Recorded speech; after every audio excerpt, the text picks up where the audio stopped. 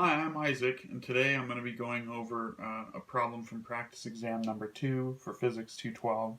The problem is number 4, and it claims an electric dipole having a dipole moment of magnitude P is placed in a uniform electric field having magnitude E.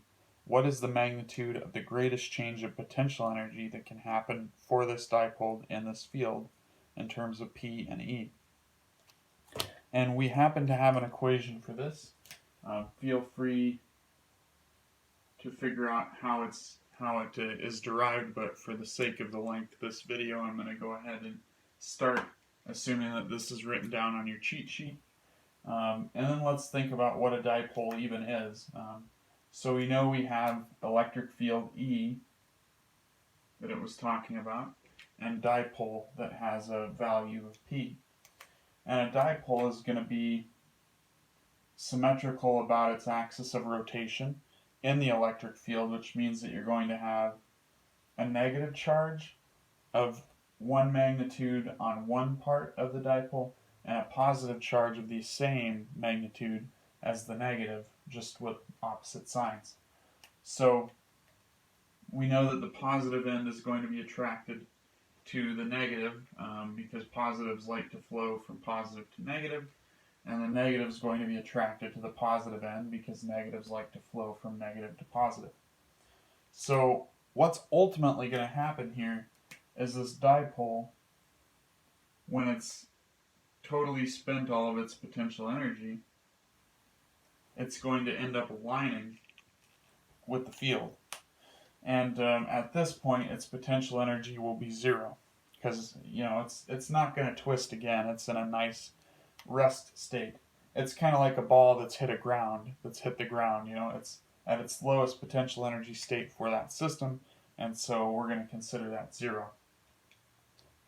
Now we know that P dot E could be written as so the potential energy here could be written as the magnitude of P times the magnitude of E times the cosine of the angle between them.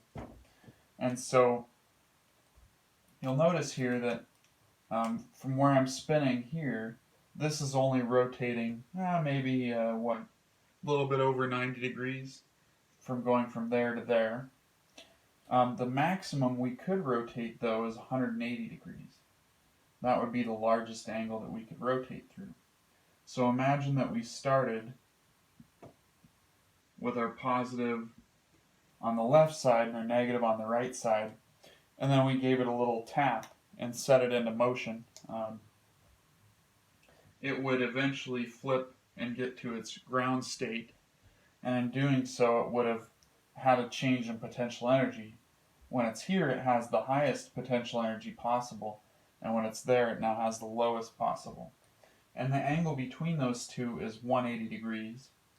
And so cosine of 180 is going to be -1.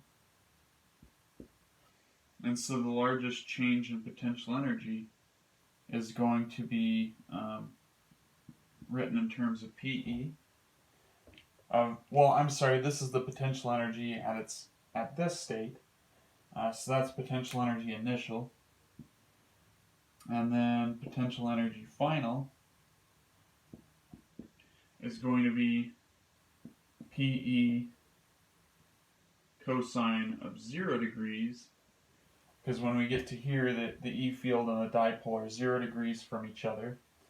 And so that's going to give us 1.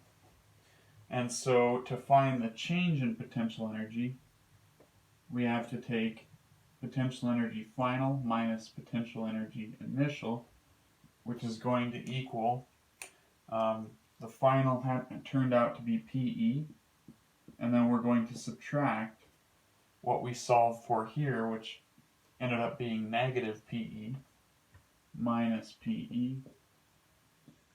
And PE minus a negative PE gives us a delta, a